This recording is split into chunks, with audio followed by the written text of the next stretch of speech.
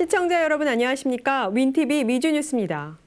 첫 번째 뉴스입니다. 법무부가 미국 정부 데이터를 훔치고 수년간 전 세계를 대상으로 해킹한 중국계 IT 기업 직원 12명을 기소했습니다. 김승재 기자의 보도입니다. 미 당국은 미국 정부의 데이터를 훔치고 중국 반체제 단체를 와해시키기 위해 수년간 해킹을 시도한 혐의로 중국 해커와 기관 관계자 12명을 기소했습니다. 미 법무부는 아이순이 1916년부터 2023년까지 중국의 지시에 따라 이메일 계정, 휴대폰, 서버, 웹사이트를 해킹하여 수천만 달러의 수익을 올렸다고 밝혔습니다. 이 회사는 43개의 중국 정권 정보국 또는 경찰국과 협력하여 이메일을 받은 편지함을 해킹할 때마다 $10,000에서 75,000달러를 청구한 것으로 추정하고 있습니다. 피해자로는 중국 인권을 증진하는 단체, 미국 내 종교단체, 워싱턴에 본사를 둔 미국 지원 뉴스 서비스, 중국 정권의 비판적인 시각을 가진 뉴욕 소재 신문사인 에포크 타임즈, 대만, 인도, 한국, 인도네시아의 외교부, 미국 국방정보국, 미국 상무부, 뉴욕 주의회 등이 있습니다. 아이순의 해커들은 다양한 애플리케이션의 계정을 공격하도록 설계된 맞춤형 소프트웨어를 판매한 것으로 추정하고 있습니다. 또 이 중국계 해킹 기업 아이순은 스피어 피싱 이메일을 사용하여 국방부 산하 국방정보국을 해킹하려고 시도했지만 성공하지 못한 것으로 알려졌습니다. 윈TV 뉴스 김승재입니다. 20대 만취 운전자가 중앙선을 넘어 정면 충돌해 한인 여고생이 숨지는 안타까운 사고가 발생했습니다. 보도에 전성구 기자입니다.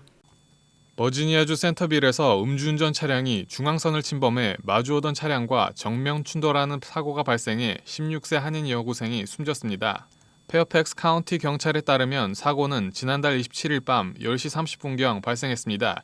23세 카를로스 파라다 에르난데스가 운전하던 토요타 코롤라가 커브길에서 중앙선을 넘어 마주오던 토요타 캠리와 충돌했습니다. 캠리를 운전하던 여고생은 중상을 입고 헬기로 병원에 이송됐으나 끝내 숨졌습니다. 경찰 조사 결과 에르난데스는 사고 당시 만취 상태였으며 현재 음주운전 등의 혐의로 기소되어 보석 없이 페어팩스 카운티 구치소에 수감 중입니다. 이 사고 소식이 알려지자 한인사회는 깊은 충격과 슬픔에 빠졌습니다. 현지 교회 웹사이트를 통해 피해자가 한인 여고생이라는 사실이 전해지면서 애도의 물결이 이어지고 있습니다. 열린문 장로교회는 교회 웹사이트를 통해 정모 양이 이번 사고로 숨졌다고 전했습니다. 정 양이 재학 중이던 샹틸리 고등학교를 비롯해 여러 온라인 게시판에는 그녀가 커뮤니티 봉사활동에 적극적으로 참여했던 학생이었다는 글과 함께 추모 메시지가 이어지고 있습니다.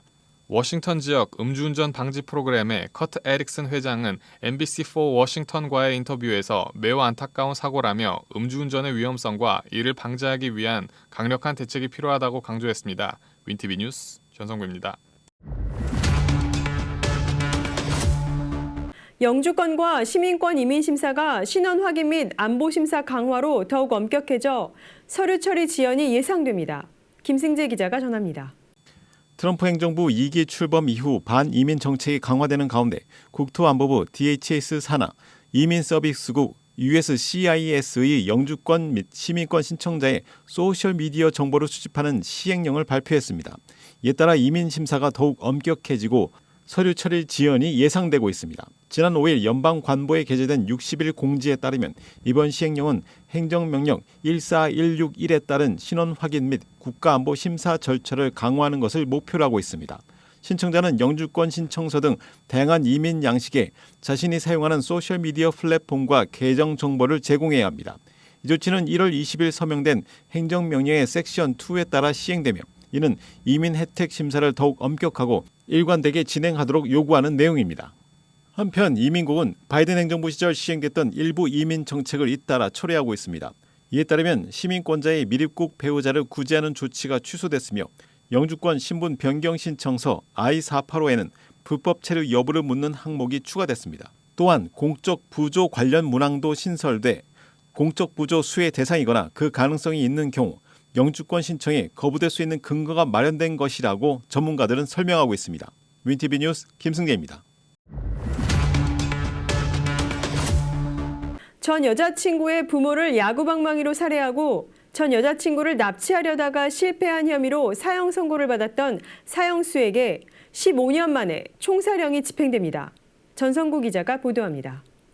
사우스캐롤라이나주에서 67세의 사형수 브래드 시그먼이 15년 만에 미국에서 총살형으로 처형될 예정입니다. 시그먼은 6시 정각 사형 집행실로 이동해 의자에 묶이고 가슴에 표적이 부착된 뒤 3명의 사격수로부터 총을 맞게 됩니다. 그는 2002년 전 여자친구의 부모를 야구 방망이로 살해하고 전 여자친구를 납치하려다 실패한 혐의로 사형을 선고받았습니다. 사형 방법으로 총살형을 선택한 이유에 대해 전기의자는 고통이 크고 독극물 주사는 성분이 공개되지 않아 안전을 신뢰할 수 없기 때문이라고 밝혔습니다. 총살형은 미국 역사에서 군 탈영병과 반역자 처벌 등에 사용되었으며 최근에는 신속하고 고통이 적은 사형 방식으로 일부 지지받고 있습니다. 시그먼의 사형 집행에는 경찰 저격수가 사용하는 308 캘리버가 사용되며 이는 충격 시 산산조각나 심장을 즉시 파괴하도록 설계되었습니다. 이번 총살형 집행은 사우스캐롤라이나가 독극물 주사 확보에 어려움을 겪으며 사형 집행이 지연된 끝에 결정된 것입니다. 사형제 존치를 주장하는 이들은 총살형이 비교적 인도적이라고 주장하지만 시그먼의 유족과 사형 반대 단체는 이를 잔혹한 형벌로 비판하고 있습니다. 시그먼은 마지막 식사를 사형수 동료들과 함께할 예정이며 남은 자금은 기부할 계획입니다. 현재 미국 연방대법원과 주지사에게 감형 요청이 제출된 상태이지만 승인되지 않을 경우 그는 사우스캐롤라이나에서 사형이 제기된 이후 첫 번째 처형자가 됩니다. 윈티비 뉴스 전성구입니다. 캘리포니아 주 정부는 개체수 관리가 어려워진 뉴트리아를 주민들에게 섭취할 것을 권고했습니다. 보도에 김승재 기자입니다. 캘리포니아 주 정부가 생태계를 위협하는 외래종 뉴트리아의 개체수를 조절하기 위해 주민들에게 섭취를 권장하고 나섰습니다. 뉴트리아는 흔히 대형 쥐로 잘못 알려져 있지만 사실 비버와 비슷한 수생 설치류입니다. 남미 원산으로 과거 모피를 얻기 위해 미국에 도입된 이후 현재까지 18개 주에 정착해 번식하고 있습니다. 뉴트리아는 최대 40인치까지 자라며 작은 개나 비버와 비슷한 크기를 가집니다. 야생동물 전문가들은 뉴트리아가 왕성한 식욕으로 생태계를 심각하게 교란한다고 지적합니다. 이들은 물가의 수초와 나무 뿌리를 대량으로 먹어치우며 이로 인해 토양이 약해져 침식 현상이 발생하기도 합니다. 뉴트리아는 한때 캘리포니아에서 1970년대에 멸종된 것으로 여겨졌으나 2017년 다시 발견되면서 생존력을 입증했습니다. 연방야생동물부는 뉴트리아의 외형이 대형 쥐를 연상시켜 혐오감을 줄 수 있지만 맛은 토끼나 칠면조와 유사하며 단백질 공급원으로 활용할 수 있다고 설명했습니다. 또한 뉴트리아 요리법까지 소개하며 스투냐 칠리와 함께 조리하면 맛있게 즐길 수 있다고 권장하고 있습니다. 한편 캘리포니아 주정부는 뉴트리아 외에도 북방 뱀장어, 녹색 이구아나, 여러 종의 잉어, 멧돼지 등 생태계를 위협하는 외래종에 대한 사냥과 포획, 섭취를 적극 장려하고 있습니다. 윈티비 뉴스 김승재입니다. 수백 킬로그램의 코케인을 밀수해 미 전역에 퍼뜨린 혐의를 받아온 전 올림픽 선수의 1천만 달러의 현상금이 걸렸습니다. 전성구 기자가 전합니다.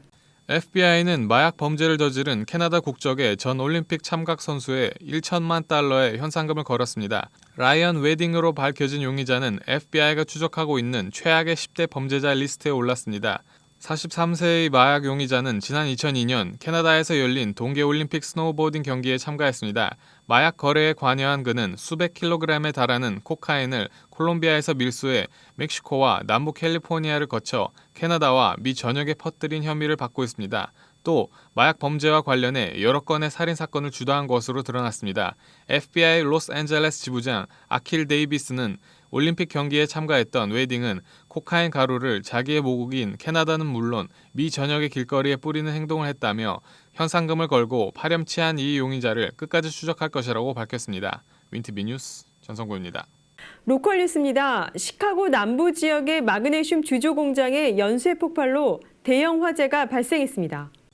시카고 남부 교외에서 발생한 대형 화재로 마그네슘 주조 공장이 전소됐습니다. 화재는 5일 밤 11시 30분경 딕스무어에 위치한 시카고 마그네슘 캐스팅 컴퍼니 주조 공장에서 발생했습니다. 소방대원들은 6일 새벽까지 화재 진압 작업을 벌였으며 불길이 공장 내부에만 머물도록 통제하는 데 성공했습니다. 하지만 시설이 7일까지도 연기를 내뿜고 있어 소방대원들이 다시 현장으로 돌아왔습니다. 현재 가장 큰 의문은 화재 원인이지만 피해 규모가 커 정확한 원인을 밝혀내기 어려울 가능성이 큽니다. 공장 내부에 보관된 물질로 인해 화재 진압이 더욱 까다로웠습니다. 포준 소방서 제프쿡 서장은 마그네슘은 물과 반응하기 때문에 진화 작업이 쉽지 않았다. 화재 도중 화학 반응으로 인해 여러 차례 폭발이 발생했다면서 다행히 불길을 통제할 수 있었지만 이것이 가장 큰 난제였다고 설명했습니다. 딕스무어 빌리지 피츠제럴드 로버츠 회장도 현장에 도착했을 때 이미 다수의 폭발이 일어나고 있었다고 밝혔습니다. 드럼통이 폭발하며 날아가고 있었다고 그는 전했습니다. 시카고 마그네슘 캐스팅 컴퍼니는 웹사이트를 통해 마그네슘과 알루미늄을 사용해 헬리콥터, 전투기, 대형 수송기 및 지역 항공기 등 군용, 상업용 항공기 부품을 제작한다고 밝히고 있습니다. 일리노이주 시카고 하이츠의 한 화장장의 트레일러에서 100여 구의 시신이 부적절하게 보관된 채 발견되면서 당국에 의해 폐쇄됐습니다.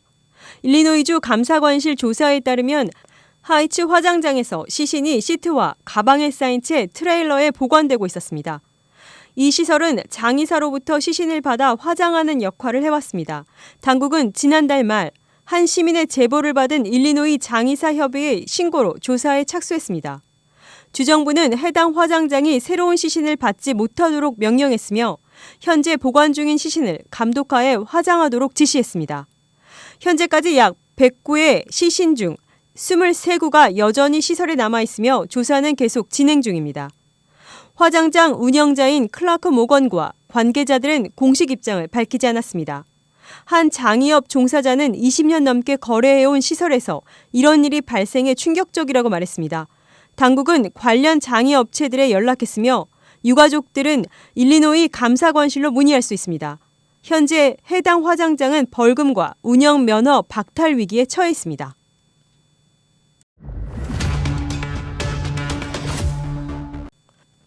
일리노이주에는 주정부로부터 푸드 스탬프 등의 수혜를 받는 저소득층이 200만 명에 이릅니다. 그런데 이런 스냅 프로그램으로부터 돈을 빼가는 절도 행각이 빈번히 일어나고 있습니다. 앞으로는 스냅 어카운트에서 사기당한 금액을 정부로부터 보상받기가 어려워집니다. 지난 수년간 절도범들은 스냅 카드에 들어있는 돈을 몽땅 빼가는 해킹 수법을 써왔으며 주정부 측은 이런 피해에 대해 보상을 해주는 정책을 펼쳐왔습니다. 그러나 최근에는 이런 정책에 제동이 걸렸습니다. 시카고 남부에 거주하는 시아이라 하버트는 그로서리 마켓에 갔다가 플로리다의 누군가가 $440를 자신의 EBT 계좌에서 빼간 것을 알아냈습니다. 자신과 아들의 생계를 이어가는데 필요한 돈이 사라지고 잔고에는 $7만 남아있다고 하소연했습니다. 그는 물가 상승으로 어려운 시기에 일상적으로 먹고 사는데 필요한 돈을 해킹당했다는 것에 당황하는 모습이었습니다. 일리노이 휴먼 서비스국은 더 이상 이런 사기를 당한 액수에 대한 보상을 하지 않는다는 방침입니다. 이런 해킹은 전국적인 현상으로 로컬 및 연방기관이 나서 해커에 대한 검거에 적극 나서고 있는 상태입니다. 뉴스를 마칩니다. 시청해주신 여러분 고맙습니다.